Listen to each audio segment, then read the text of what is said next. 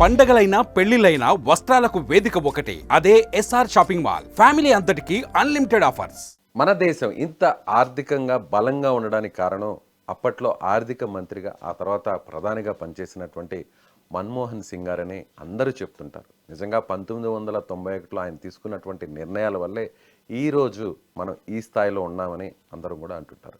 అసలు ఆ రోజు ఆయన తీసుకున్నటువంటి నిర్ణయాల కంటే కూడా అప్పట్లో రాజకీయ నాయకులందరూ కూడా ఆయన్ని అనేక సార్లు విమర్శించేవారు. ఆయన్ని రబ్బర్ స్టాంప్ అనేవారు.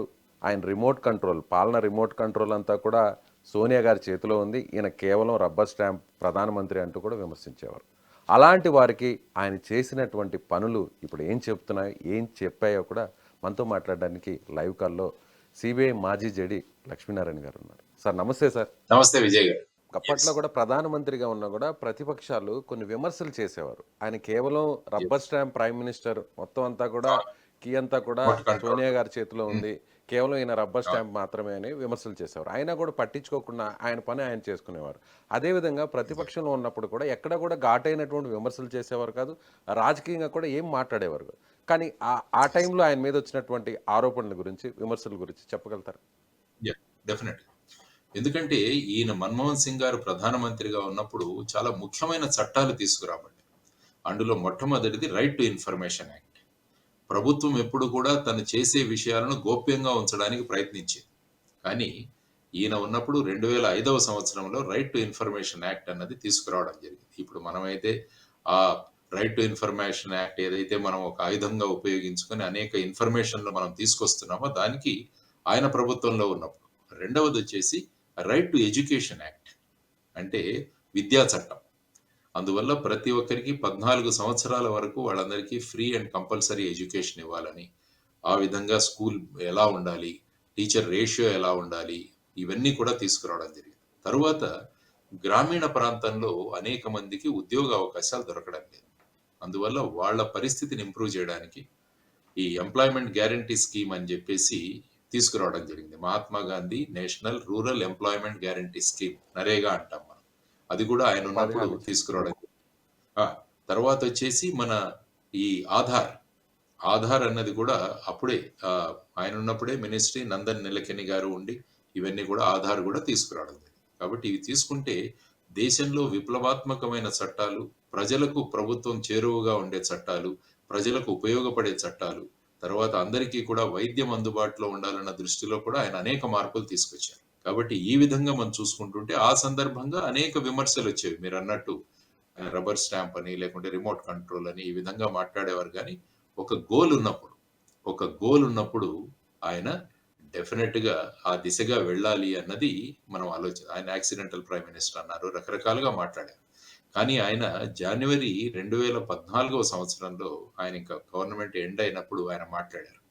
ఆయన ఏమన్నారంటే, ప్రస్తుతం అనేక మంది నా గురించి వ్యతిరేకంగా మాట్లాడుతున్నారు కానీ చరిత్రలో నా గురించి బాగా మాట్లాడతారని నేను అనుకుంటానని ఆయన అన్నారు. ఇప్పుడు అదే మాట్లాడుకుంటున్నాం మనం. అదే మాట్లాడుకుంటాం. ఇంకా మీరు చూసుకుంటే ఫారిన్ పాలసీ కూడా ఒక్కసారి ఆలోచించాలి. ఎందుకంటే ఆయన ప్రధానమంత్రిగా ఉన్నప్పుడు మనం 1998వ సంవత్సరంలో న్యూక్లియర్ ఎక్స్ప్లోషన్ చేసాం మనం, వాజ్పేయి గారు ప్రధానిగా ఉన్నారు. అప్పుడు ఏమైందంటే, దానివల్ల ఏమైందంటే జపాన్ దేశం మన దగ్గర నుంచి దూరంగా వెళ్ళిపోయింది. కానీ జపాన్ దూరంగా వెళ్ళిపోయింది. కానీ ఈయన యొక్క విశేషమైన అనుభవం, తర్వాత ఈయన పట్ల ప్రపంచానికి ఉన్న ఒక ఉద్దేశం, ఆయనకున్న చరిష్మా అంట, దానివల్ల మళ్ళా జపాన్ మనకు దగ్గరైంది. ఆ తర్వాత ముఖ్యంగా ఈయనకు ఫారిన్ అఫైర్స్ లో గొప్ప విజయం ఏంటంటే న్యూక్లియర్ డీల్ ఏదైతే ఉందో మన అమెరికాతో, అది చాలా పెద్ద సంఘటన. యాక్చువల్ గా అమెరికా వాళ్ళు ఏమంటారంటే సివిలియన్ న్యూక్లియర్, అంటే మన న్యూక్లియర్ ప్లాంట్స్ ఇవి పెట్టుకోవాలంటే న్యూక్లియర్ నాన్ ప్రొలిఫరేషన్ ట్రీటీ అని ఉంటుంది, ఎన్పిటి అంటారు. దాని మీద సంతకం పెట్టాలి. కానీ మన్మోహన్ సింగ్ గారు, ఆయనకు జార్జ్ బుష్ గారితో ఉన్న సంబంధం, ఆ తర్వాత ఈయనకున్న పర్సనల్ స్టాండింగ్ ప్రపంచంలో, ఇవన్నీ చేసి ఆ నాన్ ఎన్పిటి సైన్ చేయకుండానే మనకి ఇక్కడ ఆ న్యూక్లియర్ డీల్ సైన్ అయ్యేటట్టు ఆయన చూడగలిగారు. ఇది చరిత్రలో ఒక ఇంపార్టెంట్ అయిన విషయం. దానివల్ల ఏమైందంటే మన న్యూక్లియర్ ఎస్టాబ్లిష్మెంట్స్ ఏవైతే పెట్టుకున్నామో, న్యూక్లియర్ పవర్ ప్లాంట్స్, వీటన్నిటి కూడా అక్కడి నుంచి సహకారము వచ్చే విధంగా ఆయన చేయగలిగారు. ఆ టైంలో చాలా విమర్శలు వచ్చాయి. అయినా కూడా ఆయన నిలబడి even I think no confidence motion దాకా కూడా జరిగింది అందులో. అవును. అయినా కూడా ఆయన అందులో గెలవగలిగారు. ఇంకా 2 ముఖ్యమైన విషయాలు మనం చూడాల్సిన అంశం. ఆయన ఏమన్నారంటే ప్రధానమంత్రిగా ఉన్నప్పుడు నేను ప్రధాని వాజ్పేయి గారిని ఫాలో అయ్యానని చెప్పారు ఆయన. ప్రధాని వాజ్పేయి గారిని ఫాలో అయ్యానని చెప్పారు. వేటిలో? ఈ న్యూక్లియర్ ఏదైతే అమెరికాతో చేసుకున్నామో, ఆ తర్వాత వచ్చేసి పాకిస్తాన్‌తో ఒక జాయింట్ స్టేట్మెంట్ సైన్ చేశారు వీరు. Joint statement. అంటే ఏదైతే వాజ్పేయి గారు మొదలుపెట్టారో, ఆయన యాక్చువల్‌గా వెళ్ళడం మనం బస్సు ఒకటి ఏర్పాటు చేయడం అవును సార్. ముషర్రఫ్ అవును. అక్కడ ప్రెసిడెంట్‌గా ఉన్నప్పుడు. సో, వాజ్పేయి గారి విధానాలు ఏవైతే ఉన్నాయో పాకిస్తాన్‌తో అవి నేను కంటిన్యూ చేశానన్నారు. పార్టీలో కూడా చాలా మంది దానికి వ్యతిరేకించారు గానీ, నేను ఆయన సిద్ధాంతాలు పాటించాను, ఫాలో అవుతున్నానని కూడా చెప్పాలి. దానికి చాలా ధైర్యం కావాలి. వాళ్ళనే దార్శనికులు అంటాం మనం. అంటే విషనరీస్. హిస్టరీ అన్నది ఆయన చరిత్ర. ఎందుకంటే 1991లో ఆయన ఈ ఆర్థిక సంస్కరణలో ప్రవేశపెట్టినప్పుడు వాళ్ళ అమ్మాయే మాట్లాడింది. నేనొక ఎన్‌జీఓని నడుపుతున్నాను. కాబట్టి నేను ఎక్కడికి మీటింగ్ వెళ్ళినా కూడా నన్నొక వేరుగా చూసేవాళ్ళు. మీ నాన్న ఇటువంటి సిద్ధాంతాలు ప్రవేశపెడుతున్నారని ఆ అమ్మాయి గూడా రాసింది తన పుస్తకంలో. సో, ఆ విధమైన పరిస్థితులలో అంటే దేశం కోసం నేను చేయాల్సింది చేస్తాను అన్న విధంగా మన్మోహన్ సింగ్ గారు వారి విధానాలను ప్రకటించారని నేను అనుకుంటాను విజయ్ గారు. కొద్దిసేపటి కిందటే ప్రధాని మోదీ గారు కూడా ఆయన గురించి హ్మ్. పొగడడం జరిగింది. ముఖ్యంగా దేశం సంక్షోభంలో ఉన్న టైంలో అప్పటి నుంచి దేశం యెస్. అభివృద్ధి వైపు నడిపించినటువంటి గొప్ప ప్రధానిగా మారారు. గొప్ప నాయకుడిగా ఉన్నారని కూడా ఆయన చెప్పడం జరిగింది. దీన్ని ఎలా చూడాలంటారు? అంటే అవును. కాంగ్రెస్ పార్టీకి యాహ్! యాహ్! సంబంధించినటువంటి వారందరిని కూడా ఒకలా చూస్తారు. కానీ మన్మోహన్ సింగ్‌ని ప్రత్యేకంగా చూస్తారని చెప్పవచ్చా బీజేపీ సైతం? ఆ! ఎందుకంటే ఎప్పుడైనా కూడా దార్శనికత్వాన్ని మనం ఎప్పుడు కూడా మెచ్చుకోవాలి. మనం ఎప్పుడు కూడా you have to rise beyond the parties అంటాను నేను. పార్టీలని కూడా ఎలక్షన్ల సందర్భంగా ఉన్నవి పార్టీ. కానీ ఎలక్షన్ల తరువాత అందరం కలిసి పనిచేయాలి. చూసుకుంటే పివి నరసింహారావు గారిని మీరు తీసుకుంటే ఆయన జనతా పార్టీలో కామర్స్ మినిస్టర్‌గా అప్పుడు పనిచేసిన సుబ్రహ్మణ్యం స్వామి గారికి క్యాబినెట్ ర్యాంక్ ఇచ్చారు. అవును. ఆ విధంగా మనం ఆలోచిస్తే సో ఇవన్నీ కూడా you have to grow beyond the parties. అంటే ఇప్పుడు ప్రధాని నరేంద్ర మోడీ గారు వారి గురించి మాట్లాడడం. అనేక మంది ఇప్పుడు ఇంటర్నేషనల్ లెవెల్ అంతర్జాతీయ స్థాయిలో కూడా మన్మోహన్ సింగ్ గారి గురించి విరివిగా ప్రజలు మాట్లాడుతున్నారు వారి గురించి.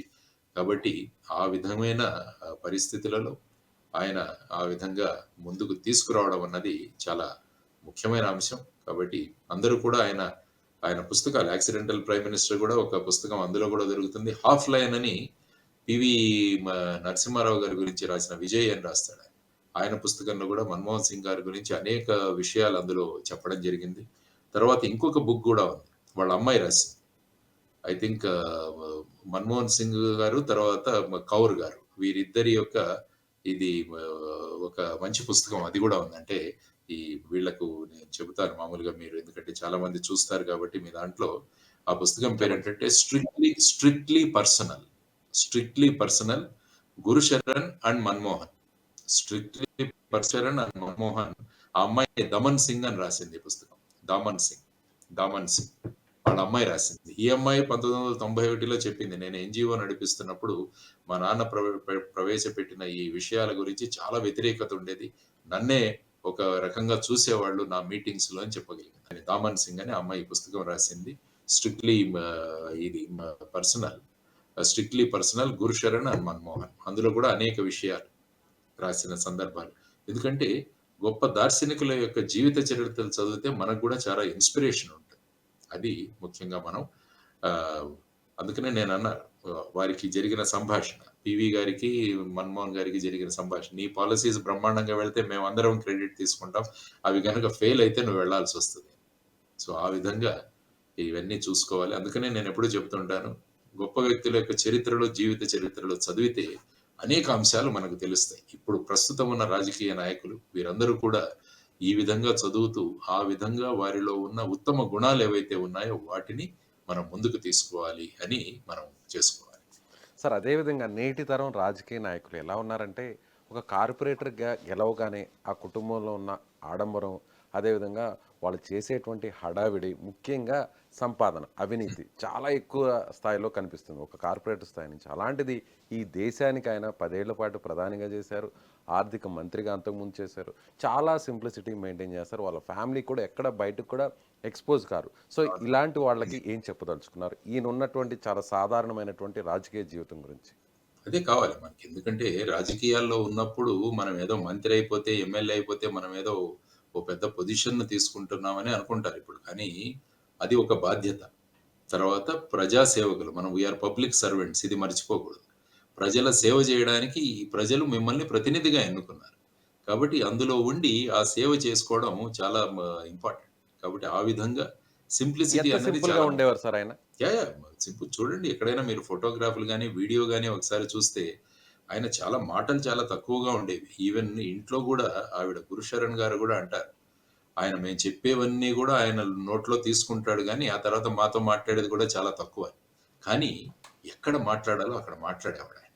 అంటే బరాక్ ఒబామా లాంటి వ్యక్తి మీ ప్రధాని మాట్లాడితే ప్రభుత్వం వింటుంది అంటే ఎక్కడ మాట్లాడాలో, ఆచితూచి ఎంత మాట్లాడాలో అంత మాట్లాడగలిగే ఇది కూడా నేర్చుకోవాలి మనం. లేకుంటే ఇప్పుడు చూస్తున్నాం ప్రస్తుత జనరేషన్‌లో అనరాని పదాలు, వాడరాని పదాలు ఇవన్నీ కూడా వాడుతూ ఒకరినొకరు కించపరుస్తూ, అంటే మనకున్న స్థానాన్ని కూడా మనం తగ్గించుకుంటూ ఆ విధంగా మాట్లాడుతూ అదే గొప్ప అని భావించే కుటుంబాలని నేటితరం జోక్యం రాజకీయ చేయడం రాజకీయాల్లో.